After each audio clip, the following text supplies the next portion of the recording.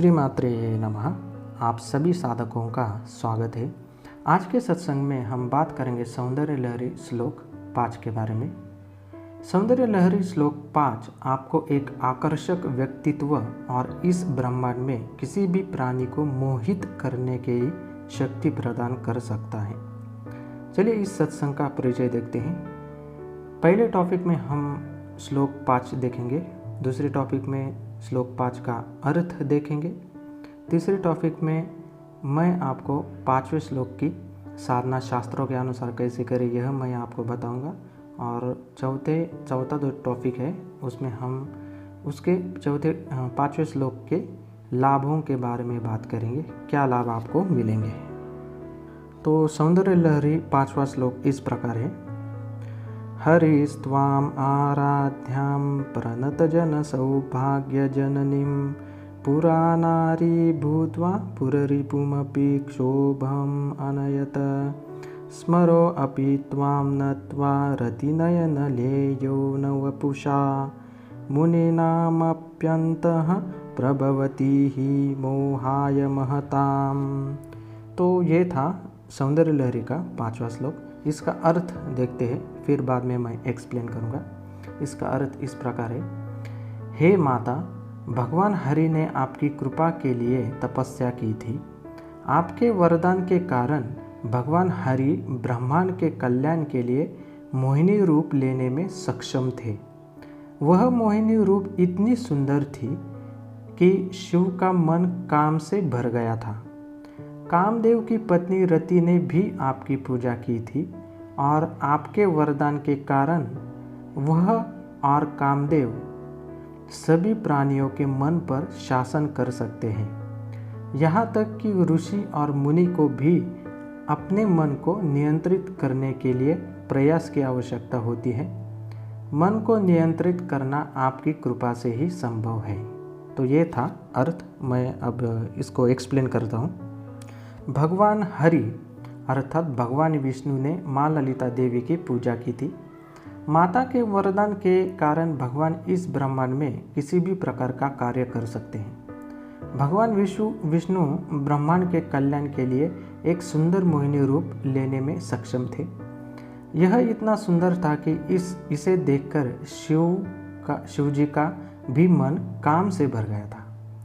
जब रुद्र ने यानी शिव जी ने कामदेव के शरीर को नष्ट कर दिया था, कामदेव की पत्नी रति ने माँ ललिता की पूजा की और उन्हें सदा के लिए सौभाग्यवती रहने का वरदान मिला माता से।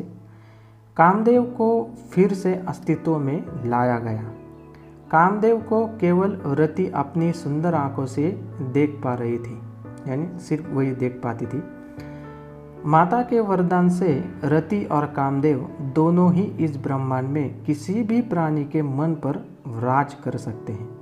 वे काम शक्ति को ऋषि मुनि और यहाँ तक कि देवी देवताओं के मन में भर सकते हैं। माँ त्रिपुर सुंदरी की कृपा से ही हम अपने मन को वश में कर सकते हैं, आध्यात्मिक के उच्चतम आयाम तक पहुँचने के लिए। तो यह मेरी जानकारी के अनुसार श्लोक 5 का अर्थ था। आइए देखते हैं श्लोक 5 की साधना प्रक्रिया।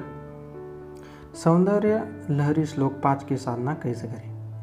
यहाँ दी गई साधना शास्त्रों के अनुसार है। यदि आपने सौंदर्य लहरी दीक्षा ली है तो कृपया अपनी साधना प्रक्रिया का पालन करें जो आपको मिली है। यदि आप नियमित रूप से इस श्लोक का जाप करना चाहते हैं तो आप इस श्लोक का जाप प्रतिदिन 108 बार जाप कर सकते हैं। आइए देखते हैं साधना की प्रक्रिया। सबसे पहले अपने आप को और पूजा स्थान को साफ करें। साधना के दौरान आपका मुंह पूर्व दिशा की ओर होना चाहिए। आपको श्लोक 5 का यंत्र तांबे की प्लेट में 8 दिन की साधना के लिए अंकित करना है। एक दीपक जलाएं और माता को उनके ध्यान श्लोक या प्रार्थना से आमंत्रित करें। सफ़ेद, पीले और लाल फूल माता के चरणों में और श्री यंत्र और श्लोक 5 यंत्र पर चढ़ाएं। 8 दिन की साधना का संकल्प लें। 8 दिनों की साधना के लिए आपको प्रतिदिन 2000 बार श्लोक 5 का जाप करना है। हर दिन माँ को गुड़ के साथ हरे चने की दाल इसका प्रसाद चढ़ाए और अपनी दैनिक साधना को माँ के ध्यान श्लोक या प्रार्थना के साथ समाप्त करें। तो यह श्लोक 5 की साधना पद्धति थी। आइए हम श्लोक के लाभों के बारे में जानते हैं। सौंदर्य लहरी श्लोक 5 के लाभ। यहाँ दिए गए लाभ सामान्य लाभ है जो हर साधक को मिल सकता है। निम्नलिखित सभी लाभों को प्राप्त करने के लिए सौंदर्य लहरी दीक्षा लेनी जरूरी है। यदि आपकी माता के प्रति भक्ति सच्ची है तो इस श्लोक का प्रतिदिन 108 बार जाप करने से आपको अवश्य ही कुछ ना कुछ तो लाभ जरूर ही मिलेगा, यदि आपकी साधना का इरादा शुद्ध है। आइए जानते हैं इसके फायदे। आप अपनी इच्छानुसार जीवन के किसी भी क्षेत्र में सफल हो सकते हैं। आपको इस ब्रह्मांड में किसी भी प्राणी को मोहित करने की शक्ति मिलती है। इस श्लोक की साधना से चुंबकीय व्यक्तित्व का विकास सरलता से होता है। भक्त किसी को भी आकर्षित कर सकता है जिससे वह मिलता है या जो भक्त के संपर्क में आता है। तो ये थे सामान्य लाभ जो आपको मिलते हैं। अपनी भक्ति और कर्म के अनुसार श्लोक 5 साधना करने से अधिक लाभ प्राप्त होते हैं। तो आज के सत्संग में हमने देखा सौंदर्य लहरी श्लोक 5 का अर्थ, साधना और बेनिफिट्स।